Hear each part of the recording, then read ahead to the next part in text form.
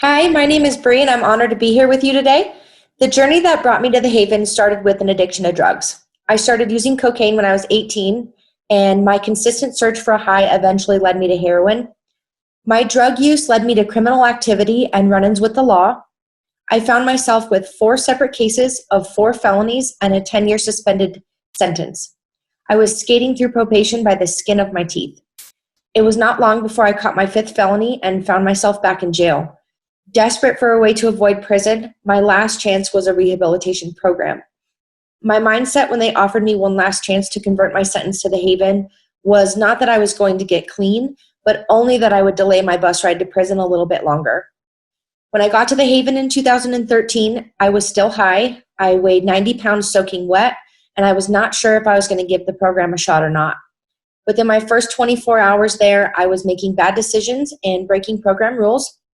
It was so much harder than I thought it would be, and I found myself struggling. I only made it through each day holding on to the concept of one day at a time.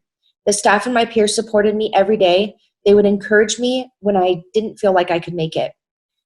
Eventually, I turned a corner and began to do the work of changing.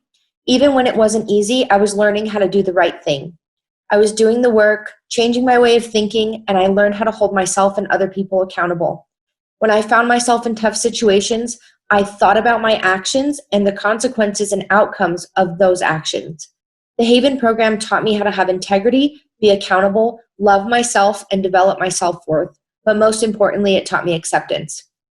When I got to outpatient treatment, I found a new job that eventually turned into my career. In the same courtroom in which my journey started, the dark road turned into light. I was granted early termination from my sentence in 2018. The very same room that I stood in handcuffs, I now stood as an example of what hard work, God's mercy, strength, and the right tools can do for your life. I was praised by the judge that day and was told that I was just set the bar much higher for anyone walking up behind me.